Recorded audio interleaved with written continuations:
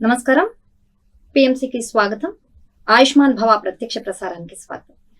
So ఈరోజు physiotherapy అంటే ఒక శారీరక చికిత్స. దీని ద్వారా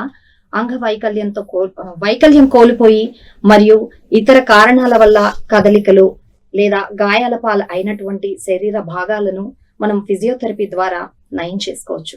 సో దీని గురించి మరిన్ని వివరాలను తెలుసుకోవడానికి మరియు దీనిలో ఎస్పెషల్ గా చేతి నొప్పి కారణంగా మనం ఎలాంటి ఫిజియోథెరపీ పద్ధతులను పాటించాలి లేదా దానికి ఎలాంటి చికిత్సా విధానాలు ఉంటాయి అనే విషయాల గురించి తెలియజేయడానికి ఈరోజు మనతో పాటు ఉన్నారు డాక్టర్ సూర్యసాయి అఖిల్ గారు. వారితో మాట్లాడి మరిన్ని వివరాలను తెలుసుకుందాం. సార్ నమస్కారం. నమస్కారం అమ్మా. సార్ అసలు ఫిజియోథెరపీ అంటే ఏంటి? ఫిజియోథెరపీ అంటే చాలా మందికి అపోహలు ఏంటిది అంటే ఆల్రెడీ తెలిసినా కూడా స్టిల్ అవేర్నెస్ కోసం ఫిజియోథెరపీ ఈజ్ మోడర్న్ మెడిసిన్ లాగా. మోడర్న్ ఫిజియో అంటే మనం ఇప్పుడున్న పద్ధతులు, మనం ఇప్పుడున్న విధానాలకు తగ్గట్టుగా ట్రీట్మెంట్ అన్నమాట. ఇప్పుడున్నవి ఏంటంటే ఎలక్ట్రోథెరపీ అని, మాన్యువల్ థెరపీ అని, దాంట్లో మళ్ళీ ఇంకా అడ్వాన్స్ రోబోటిక్స్ అని, ఇలా అనేక పద్ధతులు ఉంటాయి. కండిషన్ని బట్టి, సమస్యని బట్టి మనం ట్రీట్మెంట్ అనేది ఇస్తూ ఉంటాం. కొన్ని వ్యాయామాల వల్ల తగ్గుతాయి, దాన్ని ఎక్సర్సైజ్ థెరపీ అంటాము. కొన్ని వ్యాయామాలు కాకుండా ఎలక్ట్రోథెరపీ అంటాం. అంటే మెషినరీస్ వాడడం వల్ల వచ్చే ఏవైనా సరే, లేదు మెషినరీస్ కాదు, ఈ రెండు కాకుండా ఇంకోటి ఏదన్నా, సో ఏదైనా సరే మనం ఎప్పుడైతే మన దగ్గర పేషెంట్ వస్తారో వాళ్ళని ఒక అసెస్మెంట్ చేశాక వాళ్ళకున్న సమస్యని బట్టి మనం పరిష్కారం ఏం చూపిస్తున్నాం అనే దాన్ని బట్టి ఉంటుంది. ఓకే సార్, అసలు కార్పల్ టన్నల్ అనేది ఏంటి? అసలు దాని విధానం ఎలా ఉంటుంది, చికిత్సా విధానం? ఈరోజు మనం చేతి గురించి మాట్లాడుకుంటాం కాబట్టి చేతిలో చాలా కండరాలు, నరాలు, అనేక టెండాన్స్, లిగమెంట్స్ ఉంటాయి. సో ఇప్పుడు వీటిని ఎప్పుడు కూడా ఇవి ఎంతవరకు దెబ్బతింటాయి, ఏ టైంలో దెబ్బతింటాయి, ఏదైనా ఇంజురీ అంటే దెబ్బ తగలడం వల్ల వచ్చే ఇంజురీస్, స్వతహాగా షుగర్ కానీ, బీపీ కానీ, థైరాయిడ్ కానీ ఇలాంటివి ఏమన్నా ఉండి అలా ఏమన్నా వచ్చినప్పుడు, అంటే రకాలు ఉంటాయి. దేనివల్ల మీరు అడిగే కార్పల్ టన్నల్ అనేది ఒత్తిడి వల్ల లేదా ఏదైనా ఓవర్ యూసేజ్, అంటే ఒక రిపీటెడ్గా ఒక మూమెంట్ని నేను ఎక్కువగా వాడడం, లేదా ఇప్పుడు నాకు కుడి చెయ్యి ఉంది, ఎడమ చెయ్యి ఉంది, నేను కుడి చెయ్యి ఎక్కువ వాడుతున్నాను ఎగ్జాంపుల్. అందులో కూడా కొన్ని మూమెంట్స్ ఎలా ఉంటాయి అంటే అక్కడ ఉండే టన్నల్ అనేది ఈ భాగంలో ఉంటుందండి. పేరే కార్పల్ టన్నల్. ఇక్కడ కార్పల్ బోన్స్ ఉంటాయి. ఈ కార్పల్ బోన్స్ 8 ఉంటాయి. ఓకే. కార్పల్ బోన్స్కి ఒక టన్నల్ లాగా వస్తుంది. టన్నల్ అంటే ఒక చిన్న సందులాగా, మనకి ఇప్పుడు ఎలక దూరేంత సందు ఎలా ఉంటుందో ఆ టైప్లోనే ఇలా కూడా నేను ఉదాహరణకు చెప్తున్నాను, ఇక్కడ కూడా ఒక టన్నల్ లాగా ఉంటుంది. ఓకే.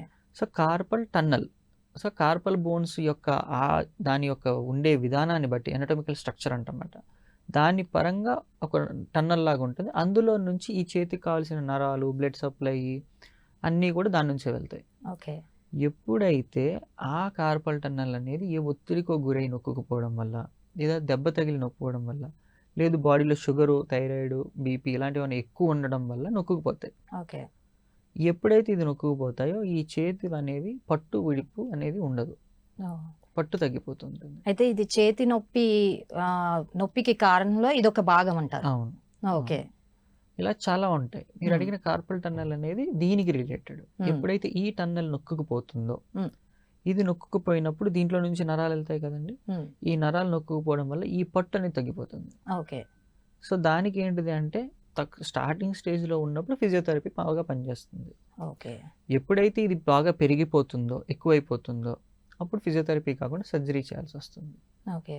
మళ్ళీ సర్జరీతో మళ్ళీ ఫిజియోథెరపీ చేయాల్సి వస్తుంది. ఓ అలాగా. అయితే ఇప్పుడు ఈ చేతిలో తిమ్మిర్లు రావడానికి కారణం కూడా ఈ చేతి నొప్పిలో భాగంగానే అంటున్నారు కదా. సో ఇది ఎందుకు వస్తుంది అంటారు, చేతి తిమ్మిర్లు ఎందుకు వస్తాయి అసలు? ఇవి రకాలు ఉంటాయమ్మా. మళ్ళీ దీంట్లో మనం అర్థం చేసుకోవాల్సింది ఏంటంటే వయసు ఒకటి. వయసు రీత్యా అంటే మరి వయసు అయిన అందరికీ వయసు అవుతుంది కదా, మరి అందరికీ వస్తాయంటే తిమ్ములు కాదు.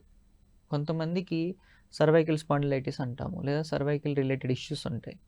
డిస్క్ బల్జెస్ అలాగే ఏమన్నా ఉన్నప్పుడు, నరం ఏదన్నా నొత్తుకున్నప్పుడు ఈ భుజం నుంచి అరిచేతి వరకు దాకా కూడా తిమ్ముర్లు వచ్చినట్టు, గుంజుతున్నట్టు, లాగుతున్న ఫీలింగ్ ఉంటుంది. ఓకే. అప్పుడు మెడకు సంబంధించినవి కూడా కొన్ని ఇన్వాల్వ్మెంట్స్ ఉంటాయి. లేదు ఒక్కొక్కసారి ఇక్కడ నుంచి మాత్రమే లాగుతుంది, ఇక్కడ ఏమీ లేదు అంటే మనకి ఎక్కడైతే నర్వ్ పాస్ అవుతుందో ఆ నర్వ్ రూట్లో ఎక్కడన్నా కంప్రెషన్ జరుగుతుందో లేదో అని ఎగ్జామినేషన్ చేసుకోవాలి. ఓకే. సో ఇలా ఎగ్జామినేషన్లోనే మనకు బయటపడుతుంటాయి. సో ఈ తిమ్మిర్లు అనేటివి కార్పల్ టన్నల్ వల్ల అయితే ఇక్కడ నుంచి ఇక్కడ వరకే ఉంటాయి, అరిచేతి వరకే తిమ్మిర్లు ఉంటాయి. లేదు రేడియల్ నర్వ్ అనుకోండి, అంటే నరాలు 3 రకాలు ఉంటాయి. మీడియన్, రేడియల్, అల్నర్ అని 3 రకాల నర్వ్స్ చేతికి సప్లై అవుతాయి. ఈ 3 మిమ్మల్ని నిర్దేశిస్తాయి అన్నమాట, ఏ పనులు చేయాలి అన్నా కూడా. ఇప్పుడు చెయ్యి ఇలా ఓపెన్ చేయాలి అన్నా, ముడవాలి అన్నా, ఏదైనా పట్టుకోవాలి అన్నా, తీయాలి అన్నా ఈ 3 నరాలే. సో ఈ 3 నరాల నుంచి సబ్ బ్రాంచెస్ ఉంటాయి, అది వేరు, కానీ మెయిన్ ఇవి 3. Okay okay. సో అంటే మన అట్లా చేతిలో పట్టు కోల్పోవడము లేదంటే తిమ్మిలు రావడం ఇదంతా కూడా ఈ మూడిటిపైన డిపెండ్ అయి ఉంటుంది అంటారు. ఈ మూడిటిపైన డిపెండ్ అయి ఉంటుంది. ఓకే. అయితే ఒక్కొక్క నరానికి ఒక్కొక్క ఫంక్షన్ ఉంటుంది మళ్ళీ. అంటే ఇప్పుడు ఓపెన్ చేయాలంటే ఒక నరం, ముయ్యాలి అంటే ఒక నరం, అలాగే ఫంక్షనాలిటీని బట్టి. ఓకే. అయితే ఇది కీళ్ళకి సంబంధించిన నొప్పులు అంటుంటాడు, అంటే రుమటాయిడ్ ఆర్థరైటిస్ అని, దాని గురించి ఏం చెప్తారు? రుమటాయిడ్ ఆర్థరైటిస్ చేతికి ఉన్న వాళ్ళకి ఏమంటే డిఫార్మిటీస్ వస్తాయండి. అంటే ఇవి ఇమీడియట్గా రావు. మీకు ఈరోజు ఒకవేళ రుమటాయిడ్ ఆర్థరైటిస్ అనేది బయటపడింది, ఓకే, పడిన వెంటనే డ్యామేజ్ జరగదు, క్రమేపీ డ్యామేజ్ పెరుగుతూ ఉంటుంది. రుమటాయిడ్ ఆర్థరైటిస్ ఒక్కసారి బాడీలోకి వచ్చింది అని నిర్ధారించబడింది అంటే దానివల్ల సమస్య ఖచ్చితంగా మీకు ఉంది అని అర్థం. ఓకే. మీరు మందులు వాడకపోతే అది పెరుగుతూ ఉంటుంది. మందులు వాడితే తగ్గిపోతుందా అంటే కాదు, మందులు వాడడం వల్ల దాన్ని ఆపుతున్నాం. Prevention, we're not curing it. Rheumatoid arthritis అనే దానికి క్యూర్ లేదండి, అది సెల్ఫ్గా క్యూర్ అవ్వాలి, బాడీలో నుంచే క్యూర్ అవ్వాలి. ఎప్పుడు క్యూర్ అవుతుంది బాడీలో నుంచి, అసలు ఆ క్యూరింగ్ అవుతుందా లేదా అనేది క్వశ్చన్ మార్క్. మనం ఏం చేయాలి అంటే ఆ క్యూరింగ్కి కావాల్సిన మెడికేషన్ తీసుకోవాలి. దానికి రుమటాయిడ్ ఆర్థరైటిస్ స్పెషలిస్టులు ఉంటారు, డాక్టర్స్. వాళ్ళు ఏం చేస్తారు, మెడికేషన్ ఇచ్చి ఆర్థోపెడిక్స్ రిలేటెడ్ లోనే వస్తుంది. ఈ రుమటాయిడ్ వచ్చిన వాళ్ళకి ఏం చేస్తారు అంటే ఆ రుమటాయిడ్ స్పెషలిస్ట్ డాక్టర్స్ వాళ్ళు దానికి కావాల్సిన మెడికేషన్ రాస్తారు. మెడికేషన్ రాసి మళ్ళీ ఫిజియోథెరపీకి రికమెండ్ చేస్తారు అన్నమాట. ఎందుకు అంటే ఆ మూవ్మెంట్స్ అవన్నీ డ్యామేజ్ అవ్వకుండా, జాయింట్ డ్యామేజ్ అవ్వకుండా దానికి కావాల్సిన ప్రివెంటివ్ మెజర్స్ అంటన్నమాట. ఈ ప్రివెంటివ్ మెజర్స్ ఏమేమి తీసుకోవాలి, ఎంత ఫ్రీక్వెంట్గా తీసుకోవాలి, ఏ సమయంలో చేయాలి అనేవి నేర్పిస్తాం అన్నమాట. సో అలా చేయడం వల్ల ఏమవుతుంది అంటే ఈ నార్మల్గా వంకర్లు పోతుంటాయి. రుమటాయిడ్ ఆర్థరైటిస్ హ్యాండ్స్కి కానీ ఫింగర్స్కి కానీ వస్తున్నప్పుడు ఏమవుతాయి అంటే వంకర్లు పోతుంటాయి వేలిలాగా. ఈ వంకర్లు పోకుండా ఆపడం అనేది మనం చేస్తుంటాం అన్నమాట. అంటే ఇప్పుడు తిమ్మిరితో సంబంధం లేకుండా ఒక్కోసారి కొంతమంది పట్టుకుంటూ ఉంటారు కదా సార్, ఏదైనా పట్టుకున్నప్పుడు చేతి ఆటోమేటిక్గా వేళ్ళు అనేది మొత్తం హ్యాండ్ మూమెంట్ మొత్తం చేంజ్ అయిపోతూ ఉంటుంది, అది ఇప్పుడు మీరు చెప్పిన సిమ్టమ్ కిందే వస్తుంది అంటారు. రుమటాయిడ్ ఆర్థరైటిస్ అనేది ఒకటి, మీరు చెప్పేది మళ్ళీ ఇంకొక కండిషన్లోకి కూడా వెళ్ళొచ్చు. ఓకే. మెడికల్ ఎలా ఉంటుందంటే అండి, ఒక 100 రకాల కండిషన్స్ ఉంటాయి. ఈ 100 రకాల్లో ఇది ఖచ్చితంగా ఇది అని మనం చెప్పాలి అంటే పేషెంట్ మన దగ్గరికి వచ్చి మన దగ్గర కూర్చొని ఎప్పుడైతే మనం ఎక్స్ప్లెనేషన్ ఇచ్చే ముందు ఎగ్జామినేషన్ చేస్తామో, ఈ ఎగ్జామినేషన్ టైంలో మీ కంప్లైంట్స్ ఉంటాయి.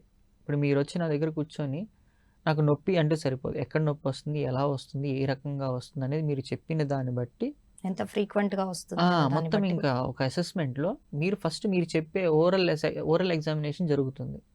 ఈ ఓరల్ హిస్టరీ అంతా తీసుకున్నాక నేను ఎగ్జామినేషన్ చేసేటప్పుడు మీ ఓరల్ హిస్టరీతో పాటు నాకు అనిపించింది, నేను ఎగ్జామిన్ చేసినప్పుడు నాకు అనిపించిన డిఫరెన్షియల్ డయాగ్నోసిస్, అంటే మీరు చెప్పిన దానికి నేను చేసేదానికి సింక్ అవుతుందా, లేదు ఇంకేదన్నా కొత్త కండిషన్ అయ్యి ఉండొచ్చా, ఓకే, డిఫరెన్షియల్ డయాగ్నోసిస్ చేసుకుంటూ నేను ఫైండ్ అవుట్ చేయాలి. ఓకే, అలా సార్. అయితే మరి దీనిలో స్ప్లింటింగ్ ప్రాసెస్ అని కూడా ఉంది, అసలు దీని గురించి మీరు ఏం చెప్తారు? స్ప్లింటింగ్ అంటే దీంట్లో కూడా మనం కేటగరైజేషన్ చూసుకోవాలి. అంటే ఎగ్జాంపుల్, ఫస్ట్ ఆఫ్ ఆల్ మనకి ఈ కేటగరైజేషన్ ఎలాగంటే ఆపరేటివ్, నాన్ ఆపరేటివ్, కండిషన్ మళ్ళీ బర్న్సా, అంటే బర్న్స్ కంటే కాలడం వల్ల దగ్గరికి అయిపోతాయి అన్నమాట.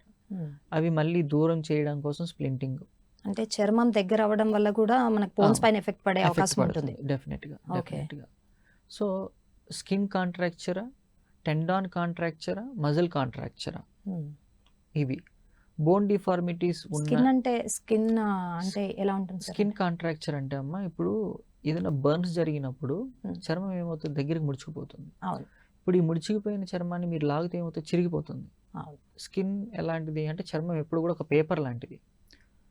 పేపర్ ఎలా కనబడుతుందో అలాగే ఉంటుంది స్కిన్ కనబడడానికి. కానీ స్కిన్కు ఉండే బెనిఫిట్ ఏంటిదంటే ఎలాస్టిసిటీ, అది సాగగలుగుతుంది. సో ఇప్పుడు ఈ ఎలాస్టిసిటీ ఎంతవరకు దాని కెపాసిటీయో అంతవరకే స్ట్రెచ్ అవుతుంది. దానికి మించి మనం లాగితే ఖచ్చితంగా చిరిగిపోతుంది. సేమ్ వే స్ప్లింటింగ్ అప్పుడు ఏం చేస్తారంటే ఆ స్కిన్కి ఆ స్ట్రెచబిలిటీ ఎంతవరకు ఉందో అంతవరకు స్ప్లింటింగ్ వేస్తారు. ఓకే. ఒకవేళ ఆ స్ప్లింటింగ్ అవ్వట్లేదు అనుకోండి, అవ్వని పక్షాన ఏం చేస్తారు అంటే సర్జరీ చేసి అక్కడ స్కిన్ గ్రాఫ్టింగ్ చేసి ఓకే. అంటే కొత్త చర్మం వేసి అప్పుడు మళ్ళీ దాని హీల్ అయిన తర్వాత అప్పుడు మళ్ళీ స్ప్లింటింగే చేస్తారు. అంటే చర్మం వేసేది కూడా ఆ పద్ధతి కూడా ఉంటుందంటారు ఉంటుంది ఆ కానీ ఏరియా. ఫిజియోథెరపిస్టులు చేయరు. అదే. ప్లాస్టిక్ సర్జన్స్ Yes, లేకపోతే yes. హ్యాండ్ సర్జన్స్ ఉంటారు. ఓకే. మాది హ్యాండ్ సర్జన్ టీమ్ అన్నమాట. ఓకే. సో మాకి దీంట్లో ఎక్కువ అవగాహన ఉంటుంది. ఎందుకంటే ఇప్పుడు ఈ హ్యాండ్ అనేది అందరూ చేయరు. ఉమ్. సో చాలా అంటే సూపర్ స్పెషాలిటీ అనుకుందాం. ఓకే. అంటే ఒక ఆర్థోపెడిక్స్ అనేది ఒక స్పెషాలిటీ. ఆర్థోపెడిక్స్లో నీ ఒక్కటే సర్జరీ చేస్తున్నారు బాగా, సూపర్ స్పెషాలిటీ. లేదు నీ షోల్డర్ ఒకటే చేస్తున్నారు, లేదా హ్యాండ్ ఒకటే చేస్తున్నారు. ఎవరైతే ఇలా స్పెసిఫిక్గా ఒక జాయింట్ మీద ఎక్కువ చేస్తూ ఉంటారో దాన్ని సూపర్ స్పెషాలిటీ కింద కన్సిడర్ చేసుకోవచ్చు మనం. ఓకే. అంటే అంటే మీ ఆర్థోపెడిక్స్లో సూపర్వైజన్ కిందనే వస్తుందా సార్ ఈ సర్జరీ చేసేటప్పుడు? మీరు సూపర్విజన్ ఉంటుందా దానిపైన? సూపర్విజన్ ఏమి ఉండదు మాకు. ఎలాగా అంటే సర్జన్ తోటి మల్టీ డిసిప్లినరీ టీమ్ లాగా వర్క్ చేస్తాం అన్నమాట. ఓకే. అంటే ఇప్పుడు సర్జన్ అనేది టాప్ దీంట్లో, because they will decide whether surgery is needed or not. Yes. What we will decide whether we can achieve that moment or not. Yes. అది అంటే మీరు ఇప్పుడు మళ్ళీ దాని తర్వాత ఆ ప్రాసెస్ తర్వాత ఫిజియోథెరపీ చేయాలి అంటున్నారు, తర్వాత మళ్ళీ స్కిన్ వేయాలి, మళ్ళీ చేయాల్సి వస్తుంది ఒకవేళ ప్రాబ్లం అవుతాయి అన్న. అవును సో అది అండర్ మీ సూపర్విజన్ కింద ఉంటేనే అది పాసిబుల్ అవుతుంది కదా. అవును ఎగ్జాక్ట్లీ సేమ్ వే. ఇప్పుడు ఇదంతా కూడా ఈ ప్రాసెస్ అంతా కూడా ఒక రిహాబ్ హెడ్గా మనం చూసుకోవాలి. అంటే as a rehab head me are some ex person they have to take care of these things మాట. ఇదంతా కూడా మనకి ఎవిడెన్స్ బేస్డ్ ప్రాక్టీస్ లాగా ఉండాలి. ఓకే. ఏదో చేస్తున్నాము చేసేస్తే వచ్చేస్తుంది అని బలవంతంగా చేయకూడదు. నిజంగా చేయొచ్చా చేయకూడదా మన ఎక్స్పీరియన్స్ మ్యాటర్ అవుతుంది, యాజ్ వెల్ యాజ్ మన ఎవిడెన్స్ బేస్డ్ ప్రాక్టీస్ కూడా యూజ్ అవుతుంది. ఈ రెండు కొలాబ్ అవ్వాలి. ఎప్పుడు కూడా మన బ్రెయిన్లో నాలెడ్జ్ ఉంటే సరిపోదు, ఆ నాలెడ్జ్కి అక్కడ ఉండే కండిషన్కి ఎట్ ద సేమ్ టైం ప్రీవియస్గా ఇలాంటి కండిషన్లు జరిగిన ట్రీట్మెంట్ యొక్క పేపర్స్ ఉంటాయి. ఇదేంటి we called it as a research మాట. ఓకే. సో ఇంత డెప్త్గా ఆలోచిస్తే you will understand the more recovery rate. Okay. ఎప్పుడూ కూడా మనం ట్రీట్మెంట్ చేసేటప్పుడు అన్నీ చూసుకోవాలి. It's not only purely that ఏదో ఈ ట్రీట్మెంట్కి ఈ మెషిన్ పెడితే సరిపోతుంది, ఎక్సర్సైజ్ పెడితే సరిపోతుంది అన్నట్టు కాకుండా దీనికి ఇంకా బెటర్మెంట్ ఏం చేయొచ్చు అనే పాయింట్ ఆఫ్ వ్యూలో ఆలోచిస్తున్నారు. అంటే ఇది మళ్ళీ రీసర్జరీస్కి వెళ్ళే అవకాశం ఏదైనా ఉంటుందంటారా అటు ఇటు అయిపోయినా కూడా? డెఫినెట్లీ ఉంటుంది మా ఫిజియోథెరపిస్ట్లో ఎప్పుడూ కూడా over confident or over aggressiveness sometimes it may lead అండి. అంటే చాలా రేర్గా చూస్తాం, అంటే 99% జరగవు. ఓకే. బట్ ఆ 1% జరుగుతాయి. ఎక్కడో జరిగితే మనకు తెలీదు, ఎప్పుడో ఏదో న్యూస్ పేపర్లో లేకపోతే ఎప్పుడో చదువుతాం ఎక్కడో ఒక చోట పలానా చోట జరిగింది అని. They won't do wantedly but some times it may happen. But 99% అయితే జరగవు. ఓకే. మన దగ్గర అయితే 100% జరగవు. ఓకే. అయితే ఇప్పుడు సర్జరీస్ కాకుండా ఇప్పుడు మీరు చెప్పే వ్యాయామాలు కాకుండా ప్యాక్స్ వైస్ కూడా వేస్తూ ఉంటారు సార్. అంటే చల్లని ప్యాక్ అని వెచ్చని ప్యాక్ అని వేసి కూడా ట్రీట్మెంట్స్ ఇస్తూ ఉంటారు. అది ఎలా ఉంటుంది ప్రాసెస్? అది ఎవరికి వాడతారు ఎక్కువ? ఇది హాట్ అండ్ కోల్డ్ థెరపీ అండి. దాన్ని హాట్ అండ్ కోల్డ్ థెరపీ అంటాము. అంటే ఇది కండిషన్, మళ్ళీ ఒక మనిషికి ఓవర్ స్టిఫ్నెస్ ఉంది, జాయింట్ బాగా హెవీ స్టిఫ్నెస్ ఉందనుకుందాం. స్టిఫ్నెస్ ఉన్నప్పుడు మీ మూమెంట్ చేయాలి. మీ మూమెంట్ చేయాలి అంటే పెయిన్ అని చెప్పి they will try to scream. ఈ పెయిన్ తెలియకుండా ఉండాలి అంటే కోల్డ్ కంప్రెషన్ ఇస్తాం. ఓకే. కోల్డ్ కంప్రెషన్ ఇవ్వగానే పెయిన్ తెలియదు, కానీ అలాగని చెప్పి బ్లడ్ వెజల్స్ కానీ వేరేవి కానీ టైట్ అయిపోయే అవకాశం ఉంది. లిగమెంట్స్, టెండన్స్, చుట్టుపక్కల ఉండే సాఫ్ట్ టిష్యూ అంతా ఫ్రీజ్ అయ్యే అవకాశం ఉంది. సో ఈ పెయిన్ తగ్గించే క్రమంలో ఏం చేస్తామంటే కోల్డ్ చేసి మళ్ళీ వెంటనే ఫ్రీ చేస్తూ హాట్ ప్యాక్ అప్లై చేస్తుంటాం. ఎందుకంటే సాఫ్ట్ టిష్యూ రిలీజ్ అవుతూ ఉండాలి, బ్లడ్ సర్క్యులేషన్ అవుతూనే ఉండాలి. ఓకే.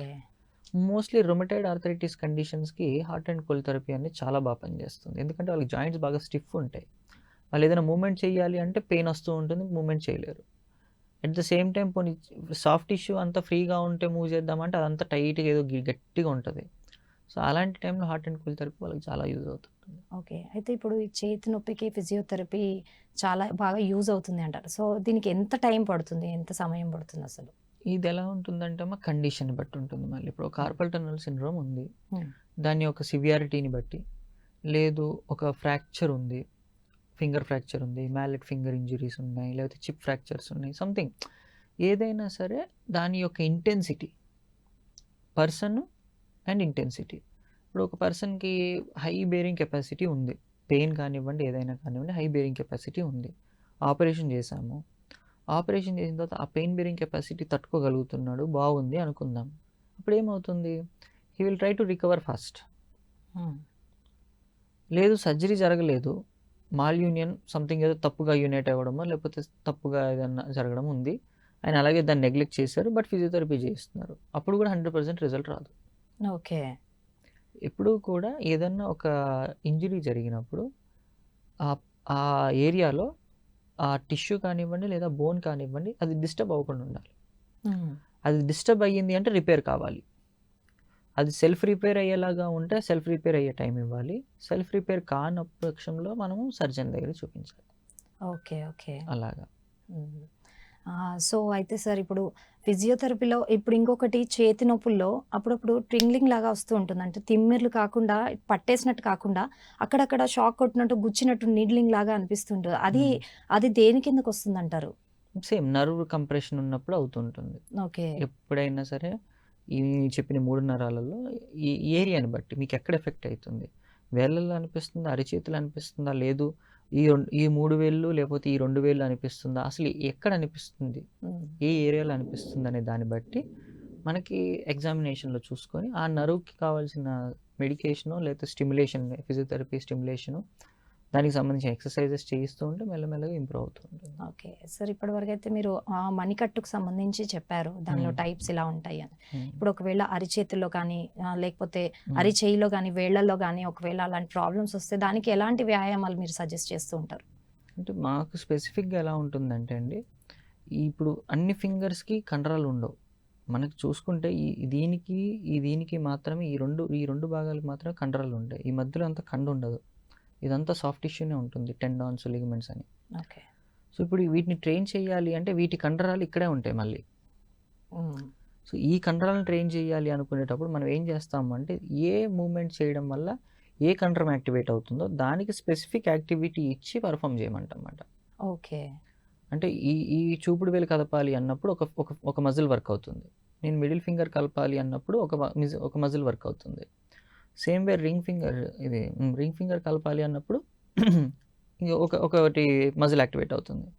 సో ఇలాగ అన్ని మజిల్స్ చూసుకొని అక్కడ ఏదైతే ఎఫెక్ట్ అయ్యిందో ఆ మజిల్స్కే మనం స్టిమ్యులేషన్ ఇవ్వడము, లేకపోతే ఎక్సర్సైజ్ థెరపీ చేయడము, లేకపోతే మాన్యువల్గా ఏమన్నా రిలీజ్ చేయాలి, ఎంఎఫ్ఆర్ అని, మయోఫేషియల్ రిలీజ్ అను, లేకపోతే ట్రిగర్ పాయింట్స్ అను చూడాలి అక్కడ ఉండే సమస్యని బట్టి.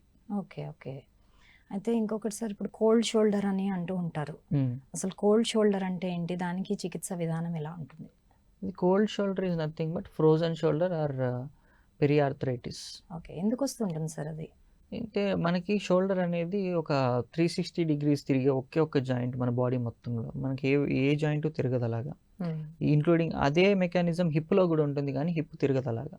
మీరు చేయి తిప్పినంత ఫ్లెక్సిబుల్గా హిప్ తిప్పలేము.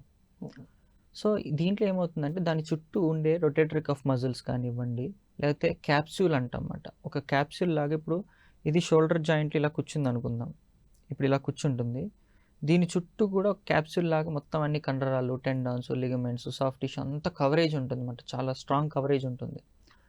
ఈ కవరేజ్ ఎప్పుడైతే షుగర్ వల్ల ఎఫెక్ట్ అవ్వడము, లేదా ఒక ఇంజురీ వల్ల ఎఫెక్ట్ అవ్వడము, లేదా ఏదన్నా మీరు జర్కీ మూమెంట్ చేసినప్పుడు ఎఫెక్ట్ అవ్వడం జరిగినప్పుడు ఏమవుతుందంటే ఈ క్యాప్సూల్ అంతా కూడా టైట్ అయిపోతుంది. ఓకే. ఈ టైట్ అయిపోయే ప్రక్రియని ఎడిసివ్ క్యాప్సులైటిస్ అని, లేకపోతే ఫ్రోజన్ షోల్డర్ అని, లేకపోతే కోల్డ్ షోల్డర్ అని, లేదా పెరియార్థరైటిస్ అని, దానికి రకరకాల పేర్లు.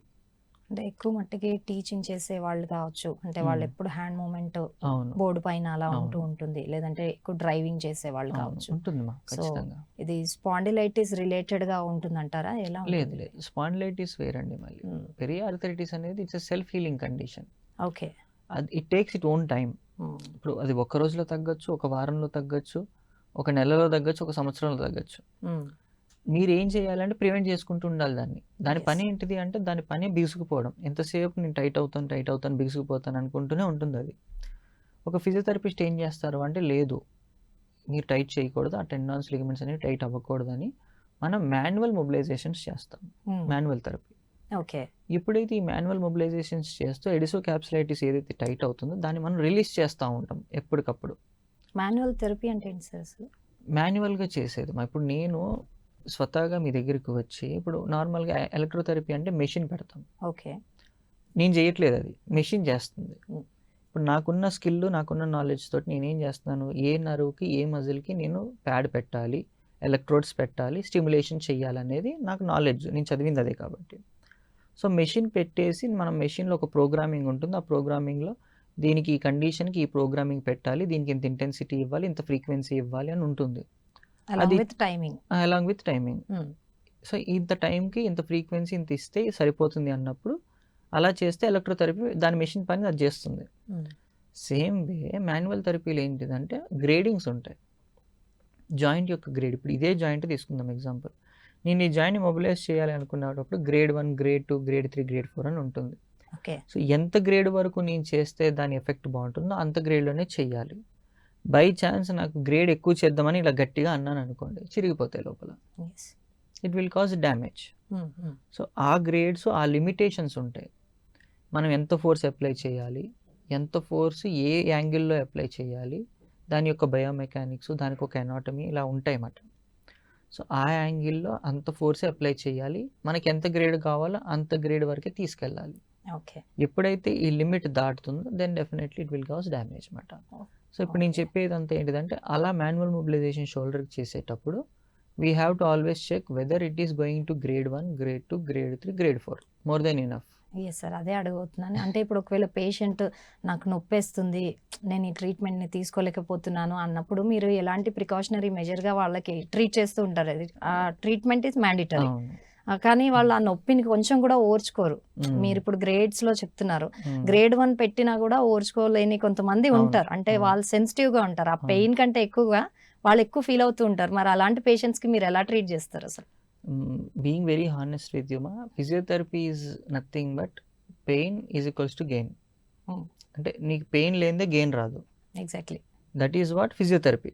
చాలా మంది ఫిజియోథెరపీ అనగానే ఎందుకు భయపడతారంటే మీరన్న పాయింటే, ఫిజియోథెరపీ అంటేనే నొప్పి, ఫిజియోథెరపీ చేయించుకోవడం వల్లే నొప్పి వస్తుంది, నేను ఫిజియోథెరపీ చేయించుకోను.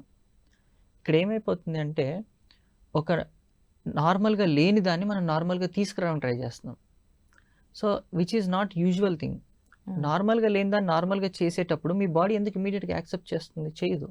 ఎస్. మనం ఏం చేస్తున్నాం, లేదు ఇది ఒకప్పుడు నార్మలే, ఇప్పుడు మళ్ళీ దీన్ని నార్మల్ చేయడానికి ప్రయత్నం చేస్తున్నాము, నువ్వు యాక్సెప్ట్ చెయ్యాలి అనేది మనం నేర్పిస్తున్నాం ఫిజికల్లీ, సైకలాజికల్లీ. సో మనం తీసుకునేది ఏంటిదంటే ఆల్రెడీ పెయిన్ అనేది ఇంటెన్సిటీ తగ్గించడం కోసం ఎలక్ట్రోథెరపీ వాడతాం. మాన్యువల్ థెరపీలో కూడా ఏం చేస్తాము అంటే కొన్ని యాంగిల్స్లో పెయిన్ రాకుండా ఏదైతే మూమెంట్ జరగగలుగుతుందో దాన్ని ప్రయత్నం చేస్తుంటాం. ఓకే. సో ఇక్కడ ఏమైపోతుందంటే pain intensity for example 0 to 10 తీసుకుంటే 10 అనేది is the worst pain. Okay. మనం పేషెంట్ని అడుగుతాము, what is the pain you are feeling right now. Therapy చేసేటప్పుడు ఎంత గ్రేడింగ్లో ఉంటుందని అడుగుతాం, థెరపీ అయిపోయిన తర్వాత కూడా ఎంత గ్రేడింగ్లో ఉందని అడుగుతాం. సో ఆ స్కేలింగ్ డిఫరెన్స్ చూసుకోవాలి మనం ఎప్పుడు కూడా. That will give you a path మాట. అంటే మనం కరెక్ట్లో వెళ్తున్నామా వెళ్ళట్లేదా అనేది అది డిసైడ్ చేస్తుంటుంది. సో దాన్ని బట్టి ట్రీట్మెంట్ అనేది ముందుకు వెళ్తుంది. పెయిన్కి ఎప్పుడు కూడా ఎలక్ట్రోథెరపీ ఈజ్ మ్యాండేటరీ మోస్ట్లీ. ఒక 70% I recommend pain management is electrotherapy is wonder. Okay. అయితే ఇప్పుడు ఆ పెయిన్ థెరపీలో మీరు అన్నట్టు ఇంటెన్సిటీ, ఆ ఫ్రీక్వెన్సీ, టైమింగ్ అంతా సెట్ చేస్తాము అంటారు. అంటే దీనికంటే ఒక కోర్స్ పీరియడ్ కూడా మీరు చెప్తూ ఉంటారు కదా సార్. అయితే అదే ఫ్రీక్వెన్సీలో ట్రీట్మెంట్ ఇస్తూ ఉంటారా? తగ్గే కొద్దీ మీరు దాన్ని ఏమన్నా చేంజ్ అవుతూ ఉంటుంది. ఇది ఫిజియోథెరపీ ఈజ్ టైలర్ మేడ్ మాట. అంటే మనం బుక్లో చదువుకుంది యాజ్ ఇట్ ఈస్గా అప్లై చేయడానికి ఉండదు పేషెంట్ మీద. ఓకే. ఇప్పుడు మీరు వేరు, నేను వేరు, సమ్ ఎక్స్‌పర్సన్ వేరు. ఓకే.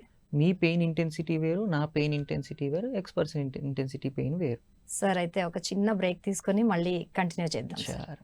సో ఆయుష్మాన్ భవ కార్యక్రమంలో చిన్న విరామం. ఆయుష్మాన్ భవ కార్యక్రమానికి తిరిగి స్వాగతం. సార్ మనం ఇప్పుడు అరచేతి నొప్పి గురించి మాట్లాడుకుంటున్నాం, వాటికి ఫిజియోథెరపీ విధానాలు మాట్లాడుకుంటున్నాం. అయితే ఇంకొకటి సార్, ఇప్పుడు చిన్న పిల్లలు కూడా ఉంటూ ఉంటారు, వాళ్ళకు కూడా చాలా మంది పిల్లల్లో రాయలేని స్థితి, వాళ్ళకి అలాంటి ప్రాబ్లమ్స్ వస్తూ ఉంటాయి.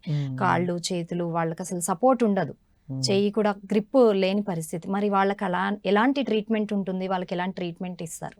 అంటే ఇవన్నీ డెవలప్మెంటల్ మైల్ స్టోన్స్ అంటామంట. ఓకే. లైక్ ఎలా ఉంటాయంటే ఇవన్నీ ఒక బాబు పుట్టినప్పటి నుంచి ఒక స్టేజ్ వచ్చేదాకా కూడా, అంటే పాకే వయసు ఒకటి ఉంటుంది, నడిచే వయసు ఒకటి ఉంటుంది, మాటలు పలికే వయసు ఒకటి ఉంటుంది, వినికిడి శక్తి ఒకటి ఉంటుంది, చూసే చూపు కానివ్వండి, ఇలా అన్నీ కూడా డెవలప్మెంటల్. మీరు పుట్టినప్పటి నుంచి ఎదిగి పెద్ద అయ్యేదాకా కూడా ఒక డెవలప్మెంటల్ స్టేజెస్ ఉంటాయి. Okay. We call it developmental mile stones. 1 ఇయర్కి పాకుడు నుంచి నిలబడాలి, 1 ఇయర్ తర్వాత మెల్లమెల్లగా అడుగులు వేయడం స్టార్ట్ చేయాలి, 3 ఇయర్స్కి వాకింగ్ అనేది ఉండాలి, మాట అనేది రావాలి, కొన్ని పదాలు అమ్మ నాన్న ఇట్లాంటి పదాలు పలకాలి, ఇలా కొన్ని ఉంటాయి. సో ఇవన్నీ కూడా టైం టు టైం జరుగుతుండాలి. ఇవి జరగట్లేదు అన్నప్పుడు we call it as a developmental delay. Okay. అంటే ఇవి డిలేగా వస్తాయా, లేకపోతే ఏమన్నా ప్రాబ్లం నిజంగా ఎగ్జిస్టింగ్ ఉందా? ఇప్పుడు ఇది ఎవరు చేస్తారు అంటే, ఇప్పుడైతే మేము ఫిజికల్ అసెస్మెంట్లో మాకు బయటపడింది, ఫర్ ఎగ్జాంపుల్ పడగానే మేము ఏం చేస్తామంటే paediatrician, neuro paediatrics, ortho paediatrics అని ఉంటారు, న్యూరో పీడియాట్రిషియన్కి పంపిస్తాం అన్నమాట. న్యూరో పీడియాట్రిషియన్కి పంపించి వాళ్ళు ఆల్రెడీ అన్నీ మీ బేబీ బర్త్ నుంచి ఇప్పటి వరకు కావాల్సిన హిస్టరీ అంతా తీసుకొని వాళ్ళు ఎగ్జామిన్ చేసి they will decide what is happening with him or her. ఎప్పుడైతే వాళ్ళకి తెలుస్తుందో సో అండ్ సో ప్రాబ్లమ్ అని, వాళ్ళు మొత్తం ఒక ప్రిస్క్రిప్షన్లో రాసి మెడిసిన్స్ ఇచ్చేసి మళ్ళీ ఫిజియోథెరపిస్ట్ దగ్గర పంపిస్తారు. మేము కూడా దాన్ని రిఫరెన్స్గా తీసుకొని ఓకే ఈ ప్రాబ్లం ఉంది, ఈ ఈ ఈ కండిషన్ ఉంది అని చెప్పి మనకి అర్థమైనప్పుడు మనం దానికి తగ్గట్టుగా మనం ఒక ప్రోటోకాల్ డిజైన్ చేస్తాం. ఓకే. సో ఇక్కడ మరి సర్జన్ లేకుండా లేకపోతే న్యూరో పీడియాట్రిషియన్ లేకుండా మీరు డిసైడ్ చేయలేరా అని అడిగితే, మనం డిసైడ్ చేయగలిగినా కూడా I recommend there should be always a very expertise needed over there. మనకి తెలిసినా కూడా ఇప్పుడు నాకు తెలుసు, ఫర్ ఎగ్జాంపుల్ ఒక సెరెబ్రల్ పాలసీ అనే కండిషన్ ఉంది, బాబుకి సిపి ఉందని నాకు తెలుసు. నేను సిపి అని నా రికార్డ్స్లో రాసుకున్నా కూడా దానికి కావాల్సిన మెడికేషన్ నేను ఇవ్వలేను. I have no rights to prescribe a medicine. అప్పుడు నేను ఏం చేయాలి, ఇమీడియట్గా దానికి కన్సర్న్ డిపార్ట్మెంట్ కావాల్సిన సర్జనో లేకపోతే ఫిజిషియన్ దగ్గరకు నేను పంపించాలి. పంపించిన తర్వాత వాళ్ళు ఏం చేస్తారు, they will take a call, దాని యొక్క సివియారిటీ ఎలా ఉంది, ఎంత ఉంది, ఏమిటి అనేది దే విల్ డిసైడ్. మళ్ళీ ఆయన ఇచ్చింది నేను ఇచ్చింది చూసుకుంటూ టాలీ చేసుకొని దెన్ దానికి తగ్గట్టుగా నేను ఇంకెంత బాగా వాళ్ళకి అవుట్కమ్ ఇవ్వగలుగుతాం, ట్రీట్మెంట్ ప్యాటర్న్స్ బాగా మనం చేయగలుగుతాం అనేది ప్లాన్ చేసుకుంటాం. ఓకే. సో అలాగే ఏం చేస్తామంటే ఈ డెవలప్మెంటల్ డిలేస్కి స్పీచ్ అండ్ హీరింగ్ ఉంటే స్పీచ్ అండ్ హీరింగ్కి సంబంధించిన డిపార్ట్మెంట్ ఉంటుంది.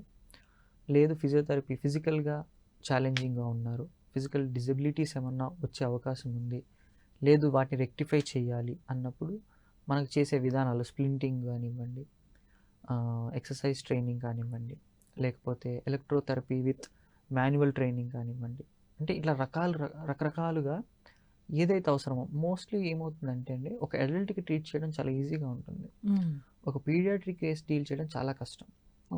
ఎందుకంటే ఇప్పుడు మీరు already you will understand when I'm saying, నేను చెప్పగానే మీకు అర్థమవుతుంది, మీరు నొప్పి అని నాకు చెప్పగలుగుతారు.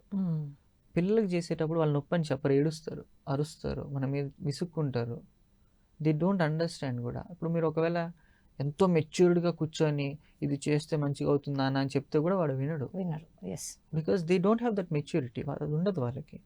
మనం వాళ్ళతో డీల్ చేయడం is completely different with an adult. Okay. మళ్ళీ ఒక ఫేజ్లో చూసుకుంటే after paediatrician geriatrics patients is a problem. Geriatrics అంటే ఒక 65-70 ఏళ్ళ వయసు వాళ్ళు. ఓకే. వీళ్ళతో కూడా మనకి ప్రాబ్లం ఏంటిదంటే చిన్నపిల్లలాగే ఉంటుంది. అవును. We cannot handle them very maturedly. అంటే ఇక్కడేమో తెలియదు, అక్కడ అన్నీ ఎక్కువ తెలుసు, ఓర్చుకోలేదు, ఓవర్ ఎక్స్పీరియన్స్, ఓవర్ థింగ్స్. వాళ్ళు ఎలాగంటే ఒకవేళ మనం ఏదన్నా ఈ మెడిసిన్ వాడి ఏమొద్దు కషాయాలు తాగితే తగ్గిపోతుంది అంటారు. You cannot debate with them or argue with them. నేను ఇది తాగితే తగ్గిపోతుంది, నాకు తెలుసు, నేను చిన్నప్పటి నుంచి ఇదే తాగుతున్నాను, మా అమ్మ నాకు ఇదే ఇచ్చింది అంటారు. Like they have their own way of thinking, own way of living. ఎందుకంటే కొన్ని సంవత్సరాలుగా వాళ్ళ లైఫ్ అలాగే లీడ్ చేసేసారు. They believe in those things only. Exactly. ఇప్పుడు నాకు మా తాతయ్య గారికి భుజం నొప్పి ఉంది, నువ్వు వ్యాయామాలు చేయాలి అని చెప్తే వ్యాయామాలు నేను చేయలేని నొప్పి వస్తుంది అంటారు ఆయన. లేదు తాతయ్య గారు చేయాల్సిందే అని చెప్తాము. They will realise very lately. అంటే ఈ లోపల డ్యామేజ్ ఎక్కువ జరుగుతూ ఉంటుంది. ఎందుకు నేనేం చెప్తున్నప్పుడు వాళ్ళు ఏమంటారు, ఏం కాదులే తగ్గుతుంది, వాడు అలాగే చెప్తారని వాళ్ళు నెగ్లెక్ట్ చేస్తారు. క్రమేపీ ఏమైపోతే పెరుగుతూ ఉంటుంది. ఒక స్టేజ్ వచ్చాక దే విల్ అండర్స్టాండ్, ఓకే పెరుగుతుంది అన్నట్టు పెరిగిపోయింది, అప్పుడు చేసే ప్రయత్నం చేస్తుంటారు. Okay okay. So these are examples మాట. సో పిల్లల్లో కానీ వీళ్ళల్లో కానీ ఇదే మేము ఫేస్ చేస్తుంటాం. సో వాళ్ళకి ఏం చేస్తామంటే మంచిగా ఆట వస్తువులకు ఇచ్చేసి ప్లేయింగ్కి ఆడుకోవడానికి ఇచ్చేస్తున్నట్టు something diverting them and doing our treatment. Okay. అంటే మోస్ట్లీ ఎలాంటి, ఇప్పుడు మీరు ఇందాక మనం మాట్లాడుకున్నట్టు స్ప్లింటింగ్ ప్రాసెస్ అని, మాన్యువల్ అని, లేదంటే కోల్డ్ హాట్ ప్యాక్ అని ఇవన్నీ మాట్లాడాం కదా సార్. సో మోస్ట్లీ ఎలాంటి కైండ్ ఆఫ్ ట్రీట్మెంట్ ఇస్తూ ఉంటారు ఇలాంటి పిల్లలకి? పిల్లలకి ఎప్పుడు కూడా మోస్ట్లీ స్ప్లింటింగ్ కరెక్షన్స్ కోసం, అంటే డిఫార్మిటీస్ ఉన్నాయి అనుకుంటే కరెక్షన్స్కి మనం ఏం చేస్తామంటే స్ప్లింటింగ్ వేస్తాం. న్యూరలాజికల్ కండిషన్స్ ఏమన్నా ఉంటే కూడా దానికి సంబంధించిన స్ప్లింటింగ్ అవసరం ఉంటే స్ప్లింటింగ్, లేదు అంటే coordination exercises okay. With support. ఎందుకంటే కోఆర్డినేషన్ అంటే ఇప్పుడు బ్రెయిన్ కి నర్వ్స్ కి మధ్యలో అంటున్నారు. బ్రెయిన్కి బాడీకి. ఎందుకంటే మన బ్రెయిన్ నుంచి వచ్చే సిగ్నల్స్ అనేటివి ఆ మజిల్స్కి మనం చేసే యాక్టివిటీకి ట్రాన్స్ఫర్ అయ్యి దాన్ని రికగ్నైజ్ చేయాలి. ఇప్పుడు మీరు ఒక మనిషిని కాలుకి దెబ్బ తగిలిన తర్వాత కాలు కదుపు అంటే కదపడానికి ప్రయత్నం చేస్తారు కానీ కదలదు అది. ఎందుకు? దెబ్బ తగిలింది కాబట్టి. ఈ దెబ్బ తగలడం వల్ల మన బ్రెయిన్కి ఏం తెలిసింది, అక్కడ నాకు దెబ్బ ఉంది కాబట్టి నేను కదపలేనని మన బ్రెయిన్కి తెలుసు. This is what subconscious. కాన్షియస్గా మనం ఏం ఫీల్ అవుతున్నాము, కదలట్లేదు. You know that there is a wound, తగ్గిందని కూడా తెలుసు కాన్షియస్గా, కానీ కదలకపోవడానికి కారణం లోపల ఆల్రెడీ ఇంకా ఉంది దాని యొక్క ఎఫెక్ట్. సబ్ కాన్షియస్లో ఏముంది, there is wound, I cannot move. ఇంక అర్థమైంది కదా. సో ఈ సబ్ కాన్షియస్ని మనం తీయాలి అంటే ట్రైన్ చేయాలి. రీఎడ్యుకేషనల్ ప్రోగ్రామ్, కోఆర్డినేషన్ ప్రోగ్రామ్ అంటాం. Okay. So you are reeducating the body, muscle, nerve, everything. You are again starting from a baby. ఒక పుట్టిన పిల్లాడికి ఎట్లాగైతే పాకడము, నుంచోవడము, నడవడం నేర్పిస్తున్నామో, ఒక ఆపరేషన్ అయినా లేకపోతే ఒక నర్వ్ ఇంజురీ అయినా వీఆర్ రీఎడ్యుకేటింగ్, రీట్రైనింగ్ అనమాట. ఓకే. ఈ ప్రాసెస్లో ఉంటేనే అది రికవర్ అవుతుంది. కొన్ని ఎలా అనుకుంటారు అంటే ఏమీ చేయం కదా, రికవర్ అయిపోతుంది కదా, కొద్ది రోజులు పోతుంది అంటే ఎస్ అవుతుంది, అది కూడా చెప్తున్నాను. బట్ 100% అవ్వదు. ఓకే. దాని యొక్క డెఫిసిట్స్ ఉంటాయి, దాని యొక్క మైనస్లు ఉంటాయి. ఓకే. 100% అనేది రాదు. అయితే సార్ ఇప్పుడు నరాలకు సంబంధించి మనం ఫిజియోథెరపీ చాలా అంటే స్టిఫ్నెస్ అదన్నీ చెప్పారు. ఒక్కొక్కసారి బోన్లో ప్రాబ్లం ఉంటే కూడా మన అవయవాలు కొంచెం క్రాస్గా ఉండడం, చేతి వేళ్ళు కానీ, చేతి కాళ్ళు కానీ, లేకపోతే కాళ్ళకున్న వేళ్ళు కానీ వంకరగా ఉండడం జరుగుతుంది. అంటే దానివల్ల కొంత నడకలు కానీ, చేతిలో ఏదైనా పట్టుకున్న ఆ సెన్స్ కూడా డిఫరెంట్గా ఉంటుంది కదా. సో అట్లాంటి వాటికి ఏమైనా ట్రీట్మెంట్ ఉంటుందా సార్? ఉంటుంది. ఇది ఎలాగుంటుంది అంటే మనం అర్థం చేసుకోవాల్సింది ఇందులో, ఫస్ట్ ఆఫ్ ఆల్ బాబు పుట్టినప్పుడు ఉన్న బోన్ డిఫార్మిటీస్ వేరు, పుట్టిన తర్వాత వచ్చే బోన్ డిఫార్మిటీస్ వేరు. ఏదన్నా యాక్సిడెంట్ వల్ల లేకపోతే ఏదన్నా ఫోర్స్ఫుల్ ఇంపాక్ట్ బాడీ మీద పడడం వల్ల వచ్చిన బోనీ చేంజెస్, అది ఫ్రాక్చర్స్ అవ్వచ్చు, ఇంకొకటి అవ్వచ్చు, రాంగ్ హీలింగ్ అవ్వచ్చు, మాల్ యూనియన్స్ అంటమాట. అలాగేమన్నా అయినప్పుడు ఇవన్నీ మీరు అన్నవన్నీ వస్తూ ఉంటాయి. ఓకే. దానికి ఫిజియోథెరపీ కంటే కూడా సర్జికల్ కరెక్షన్స్ ఎక్కువ జరుగుతాయి. ఓకే. సర్జికల్ కరెక్షన్స్ జరిగాక అప్పుడు ఫిజియోథెరపీ దగ్గరికి వస్తారన్నమాట. సో దట్ అదంతా సెట్ అవ్వడానికి. ఎందుకంటే bone is a thing which we cannot modify అండి. నేను మజిల్ని ఎంతవరకు కావాలంటే అంతవరకు ట్రైన్ చేయగలుగుతాను. ఒక నర్వ్కి ఎంత ఇంటెన్సిటీ ఆఫ్ ఇంపల్సెస్ ఇవ్వాలో అంత ఇంటెన్సిటీ ఆఫ్ ఇంపల్సెస్ ఇచ్చి దాన్ని రికవర్ చేసే ప్రయత్నం చేయగలుగుతాం. బట్ బోన్ని అలా చేయని కూడా చేయలేం. ఓకే. బోన్ని ఆపగలుగుతాం అంతే. అంటే వీటిని రికవరీ అట్లీస్ట్ చేసే ప్రయత్నంలో there is some fruitful result. బోన్లో ఫ్రూట్ఫుల్ రిజల్ట్ ఏముండదు. Bone is something either it should be completely covered by surgery or preventive. అంటే ఆల్రెడీ డ్యామేజ్ బోన్ బెండ్ ఉండి ఒక పొజిషన్లో ఉన్నప్పుడు వేరే జాయింట్ని, వేరే స్ట్రక్చర్స్ని డ్యామేజ్ చేసుకుంటూ వెళ్తుంటుంది. మనం ఏం చేస్తామంటే నువ్వు ఎంత బోన్ అయితే డ్యామేజ్ చేయవు అంతవరకే నువ్వు ఉండు, మిగిలిన వాటికి డ్యామేజ్ చేయకు అని మనం ప్రివెంట్ చేస్తాం. Okay. Through some splinting or with some supporters or something. Okay.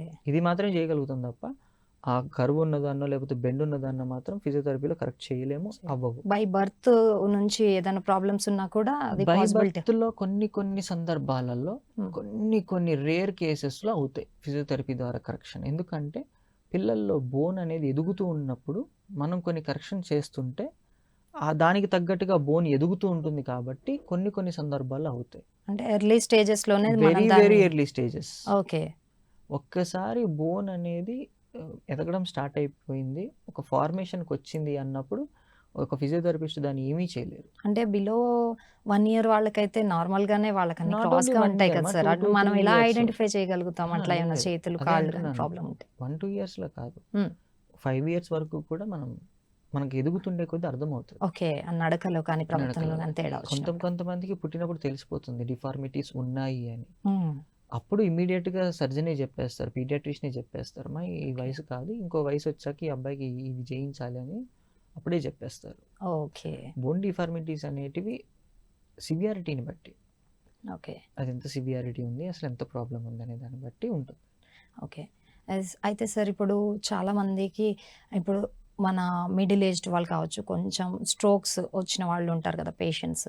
వాళ్ళకి ఒకవేళ చేతికి సంబంధించి లేదంటే భుజానికి సంబంధించి నొప్పులు వస్తే ఈ ఈ పార్ట్ అనేది అంతా కదులుతూ ఉంటుంది. సో వాళ్ళకి హార్ట్ సర్జరీస్ అయ్యి ఉంటారు. సో అలాంటి వాళ్ళకి మీరు ట్రీట్మెంట్స్ ఎలా చేస్తారు? ఇప్పుడు స్ట్రోక్ కేసెస్ ఎలా ఉంటాయి అంటే, ఒకసారి స్ట్రోక్ ఎఫెక్ట్ అయింది అనుకోండి, ఎంత సివియర్గా ఎఫెక్ట్ అయింది అనే దాన్ని బట్టి ఉంటుంది. ఓకే. కొంతమందికి హెమిపెరసిస్ అంటాం, హెమిప్లీజియా అంటాం, పారాప్లీజియా అంటాం, ఇవన్నీ రకరకాల పేర్లు. అంటే ఒక చేతికి రావడం, 2 చేతులకు రావడం, లేదా ఒక చెయ్యి ఒక కాలుకే రావడము, లేదా కుడివైపు, లేదా ఒకటి ఎడంవైపు రావడం, లేకపోతే కుడివైపు ఎడంవైపు 2 వైపులో రావడం, ఇలా రకరకాలు ఉంటాయి. మనం అలా తీసుకున్నప్పుడు ఒకవేళ కుడి చెయ్యికి కుడి కాలుకో, లేకపోతే ఎడం చెయ్యి ఎడం కాలుకో వచ్చిందని అనుకున్నప్పుడు, ఏదో ఒక సైడే వచ్చినప్పుడు ఏది ఎక్కువ ఎఫెక్ట్ అవుతుందంటే చెయ్యి ఎక్కువ ఎఫెక్ట్ అవుతుంది. ఓకే. ఫర్ ఎగ్జాంపుల్ సింపుల్గా చెప్తాను, ఒక బస్ యాక్సిడెంట్ జరిగింది, స్ట్రైట్గా జరిగినప్పుడు ముందున్న వాళ్ళకి ఎక్కువ ఎఫెక్ట్ అవుతుందా, వెనుకున్న వాళ్ళకి ఎక్కువ ఎఫెక్ట్ అవుతుందా? ఆబ్వియస్లీ ముందున్న వాళ్ళకి. సో బ్రెయిన్కి దగ్గరగా ఏది ఉంది, కాలా చెయ్యా అంటే భుజం భాగం, చెయ్యి భాగం. చెయ్యి భాగం. సో ఎప్పుడు కూడా స్ట్రోక్ వచ్చినప్పుడు లెగ్ రికవరీ అయినంత ఫాస్ట్గా హ్యాండ్ రికవరీ కాదు. ఓకే. ఎందుకు అంటే స్ట్రోక్ ఎక్కువ ఎఫెక్ట్ అయ్యేది ఎప్పుడు హ్యాండ్సే, హ్యాండ్ తర్వాతే లెగ్ ఎఫెక్ట్ అవుతుంది. ఓకే. సో ఎప్పుడైతే ఈ హ్యాండ్ ఎఫెక్ట్ అవుతుందో, ఈ హ్యాండ్కి కావాల్సిన థెరపీ మనకి ఎలక్ట్రోథెరపీ మెయిన్. ఫస్ట్ ప్రోటోకాల్లో ఎలక్ట్రోథెరపీ ఎక్కువ పనిచేస్తుంది.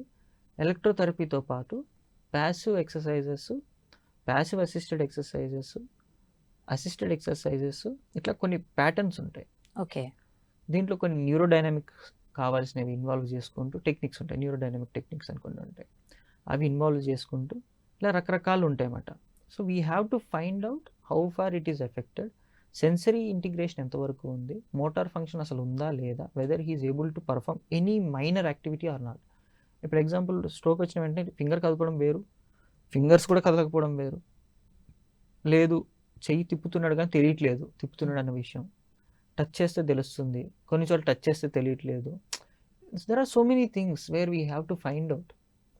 డెర్మటోమ్స్ అంటాం, మయోటోమ్స్ అంటాం, మయోటోమ్స్లో అసలు ఎంతవరకు సెన్సరీ ఇంటిగ్రేషన్ ఉంది, ఆ టచ్ ఫీల్ ఎంతవరకు ఉంది, 100% ఉందా, 20% ఉందా, 30% ఉందా.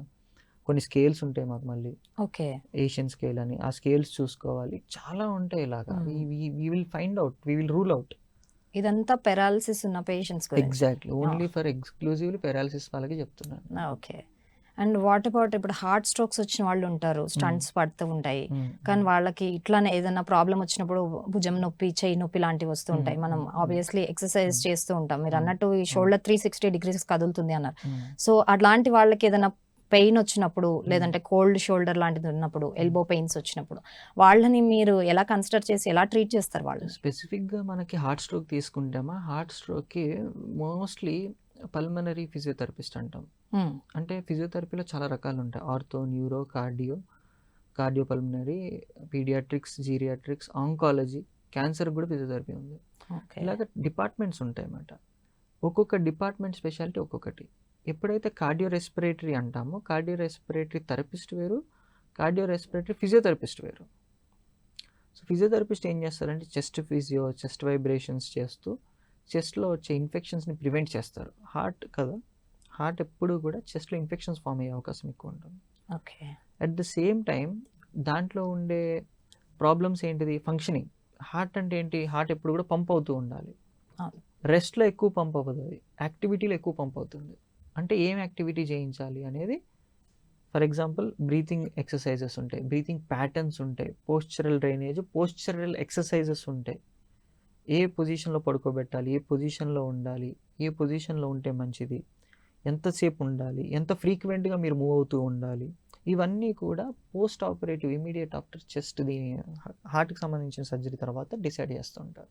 ఓకే. సో నాకంటే ఎక్కువ కూడా ఈ నాలెడ్జ్ అంతా పల్మనరీ చెస్ట్ ఫిజియోథెరపిస్ట్లు ఎవరైతే ఉంటారో, కార్డియో రెస్పిరేటరీ, కార్డియో పల్మనరీ, వాళ్ళు చూసుకుంటారు ఇవన్నీ మోస్ట్లీ. ఓకే.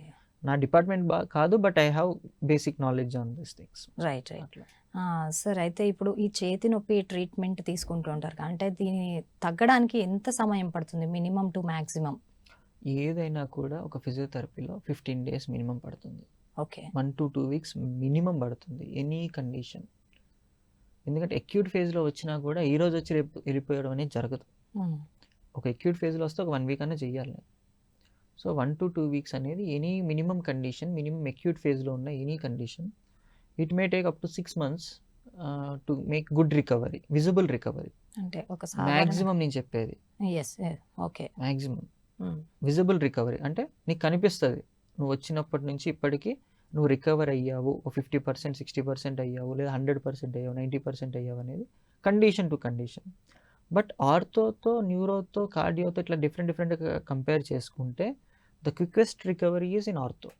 ఓకే. చాలా త్వరగా చూపించగలుగుతాం రిజల్ట్స్, చాలా త్వరగా రికవర్ చేయగలుగుతాము. న్యూరోలో కానీ, కార్డియోలో కానీ, లేకపోతే పీడియాట్రిక్స్లో కానీ త్వరగా రికవర్ కావు. It takes months to years. ఆర్థోలో డేస్ టు మంత్స్, మిగతావన్నీ కూడా మంత్స్ టు ఇయర్సే. ఓకే.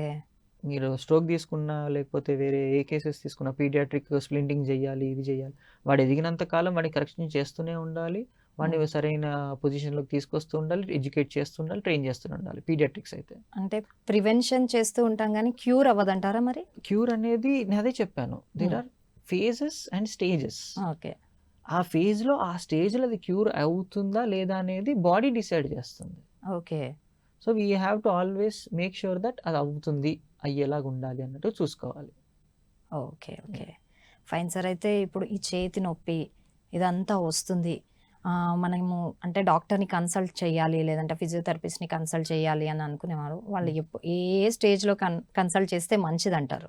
నేను చాలాసార్లు చాలామందికి ఒకటే చెప్తాను, when you have a pain or when you have a problem, అది ఉంది అని తెలిసిన 24 గంటలు 48 గంటల లోపు మీకు తగ్గట్లేదు, it is not giving you solution, better you consult a physiotherapist. Okay. నేను ఎందుకు కలవమంటున్నాను అంటే, వాళ్ళు ఏదో ట్రీట్మెంట్ చేసేయాలి, మీకు తగ్గించేయాలని కాదు. ఫస్ట్ ఆఫ్ ఆల్ అసలు అక్కడ ప్రాబ్లం ఉందా, ఉంటే ఎంత ప్రాబ్లం, ఎంత సివియర్గా ఉంది, అది మా జోన్లోకే వస్తుందా, మేము ట్రీట్మెంట్ దానికి చేయగలుగుతామా, లేదు మేము ట్రీట్మెంట్ చేయలేము, ద బెస్ట్ ఎవరున్నారు దానికి. ఓకే. అంటే ఇది కన్సర్న్ డాక్టర్ని సంప్రదించి తర్వాత ఫిజియోకి వస్తే బాగుంటుంది అంటారు? రెండు ఉంటాయి. You can come directly to physiotherapist, you can go to doctor and come to A physiotherapist, ఏదైనా వర్క్ అవుతుంది. సార్, అయితే మరి ప్రిస్క్రిప్షన్ లేకుండా మీరు ట్రీట్ చేయడం అంటూ జరుగుతుంది అంటే పేషెంట్ కి హిస్టరీ ఉంటుంది అంటే, నేను అదే అన్నాను, మెడిసిన్ ప్రిస్క్రిప్షన్ వేరు. నో అంటే పేషెంట్ కి ఒక హిస్టరీ ఉంటుంది, అంటే వాడి మెడికల్ కండిషన్స్ ఏంటి, ఎలా ఉంది, అంటే ప్రీవియస్ గా వాడికి ఏదైనా జబ్బున పారిపడ్డారు, ఇప్పుడు నేను చెప్పినట్టు స్ట్రోక్స్ ఏమైనా వచ్చినప్పుడు మీరు ఆ హిస్టరీ తీసుకొని వస్తారు కదా నా దగ్గరికి. Okay. You are coming to me with a problem. ఈ ప్రాబ్లం ఫ్రెష్ గానా ఆల్రెడీ ఉందా, ఎగ్జిస్టింగ్? ఫ్రెష్గా ఉంది అనుకుందాం. ఫ్రెష్గా ఉంది అన్నప్పుడు నేనేం చేయగలుగుతాను, అసలు నా పరిధిలో ఎంతవరకు ఉంది. 100% నా పరిధిలోనే ఉంది అంటే నేను ఏ వరకు రికమెండ్ చేయను. ఓకే. లేదు 100% నా పరిధిలో లేదు, దీనికి ఒక మల్టీ డిసిప్లినరీ టీమ్ అవసరం, లేదంటే ఒక మెడికేషన్ కావాలి, లేదా ఒక సర్జన్ ఒపీనియన్ అవసరం ఉంది, లేదా ఒక ఫిజిషియన్ ఒపీనియన్ అవసరం ఉంది అన్నప్పుడు నేనేం చేస్తాను, ఆ కన్సర్న్ డిపార్ట్మెంట్ నాకు ఆల్రెడీ తెలిసి ఉంటుంది కాబట్టి నేనే రికమెండ్ చేస్తాను. ఓకే. It's very simple. నేనే ఎందుకు రికమెండ్ చేస్తున్నాను అంటే, నాకు దాని మీద కన్సర్న్ ఉంటుంది. ఇప్పుడు మీరు నా దగ్గరికి నా మీద ట్రస్ట్తో వచ్చినప్పుడు నేను ద బెస్ట్ ఇవ్వాలి. It may be anything, it may be a doctor, it may be a medicine related thing, or it may be surgical related thing. నేను నా బాధ్యతగా నేను మీకు బెస్ట్ ఇవ్వాలి. అప్పుడు నేనేం చేస్తాను, ఓకే ఈ condition some problem nerves related ఉంది, ఈ నర్వ్స్కి ఫిజిషియన్ కావాలా, సర్జన్ కావాలా, నా మైండ్లో రన్ అవుతుంటుంది. దీనికి సిటీలో ఎవరు బాగున్నారు, బికాజ్ మేము మార్కెట్లో ఆల్మోస్ట్ 15 years నుంచి ఉన్నాము. ఈ 15 yearsలో కొన్ని 100 మంది డాక్టర్ని ఫ్రీక్వెంట్గా కలుస్తూనే ఉంటాం, మా ఫీల్డ్ అది కాబట్టి. సో మనకేం తెలిసి ఉంటుంది, ఈ పలానా కండిషన్కి ఈ పలానా డాక్టర్ అయితే బాగా చూస్తారు. ఎగ్జాక్ట్లీ. అప్పుడు ఏం చేస్తాం ఇమీడియట్గా, ఈ డాక్టర్ దగ్గరికే వెళ్ళండి మీకు మంచి జరుగుతుందని రికమెండేషన్ ఇస్తాం. ఓకే. అది వెళ్తారా లేదా సెకండరీ, మళ్ళీ మనం రికమెండేషన్ ఇస్తాం. అలా ఇవ్వడం వల్ల ఏమవుతుంది, వాళ్ళకి క్లియర్ కట్ క్లారిటీ ఏంటిది, ఓకే ఈయన దగ్గరికి వెళ్తే సొల్యూషన్ ఉంటుంది. ఓకే. ఆయన దగ్గరికి వెళ్ళిన తర్వాత ఆయన మెడిసిన్ రాసేసి ఆయన కూడా ఏం చెప్తారు, నేను చెప్పింది ఆల్మోస్ట్ చెప్తారు. ఒకవేళ నేను ఫిజియోథెరపీతో కాదమ్మా అని చెప్తే ఆయన కూడా ఫిజియోథెరపీతో కాదని చెప్పేస్తారు. లేదండి మీరు మెడిసిన్ తీసుకొని మళ్ళీ మీరు ఫిజియోథెరపిస్ట్కి రావాలని నేను చెప్పారని చెప్పాలని కాదు, what ever they will say మాకు ముందే తెలిసి ఉంటుందని చెప్తున్నాను. ఓకే. అంటే అలాంటి కేసెస్ కూడా మీ దగ్గరికి వచ్చి ఉంటాయి? చాలా వస్తాయి మా, చాలా వస్తాయి. ఈ రీసెంట్గానే మొన్న స్పైన్కి రిలేటెడ్ ఒక ఇష్యూ వచ్చింది నా దగ్గరికి, సర్వైకల్ది. వేరే సర్జన్ సర్జరీ అని చెప్పేశారు, ఆయనకి సర్జరీ చేయించుకోవాలని లేదు పాపం, భయపడుతున్నారు ఆయన పెద్ద ఆయన. నా దగ్గరికి వస్తే పెయిన్ మేనేజ్మెంట్ కోసం నేను పెయిన్ తగ్గించి నేను సెకండ్ ఒపీనియన్ కోసం ఒక పని చేద్దాం sir, go to some ex surgeon అని వన్ ఆఫ్ ద సర్జన్ పంపించాను నేను. He is one of the finest in spine. Okay. ఆయన చూసి ఆయన కూడా ఒకటే మాట అన్నారు, Akhil there is a need, ఇప్పుడు కాకపోయినా ఇమ్మీడియట్గా ఎంత వీలైతే అంత మంచిది, అంటే త్వరగా చేయించుకుంటే త్వరగా రికవర్ అవుతారు, లేట్ అయితే కొంచెం కొన్ని కాంప్లికేషన్స్ వస్తాయని చెప్పారు.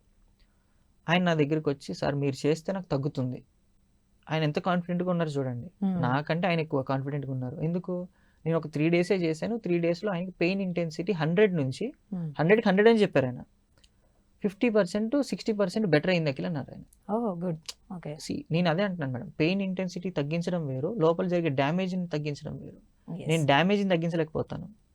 నేను పేషెంట్కి 3 days చాలా క్లియర్గా ఒకటే చెప్పాను, నా దగ్గరికి రాకండి, మనీ వేస్ట్ అవుతాయి, మీకు పెయిన్ తగ్గుతుంది, లోపల డ్యామేజ్ తగ్గట్లేదు, that is not going to help you, better you go for a surgery, చేయించుకున్నాక రండి, ఇప్పుడున్న దానికంటే బెటర్ చేస్తాను.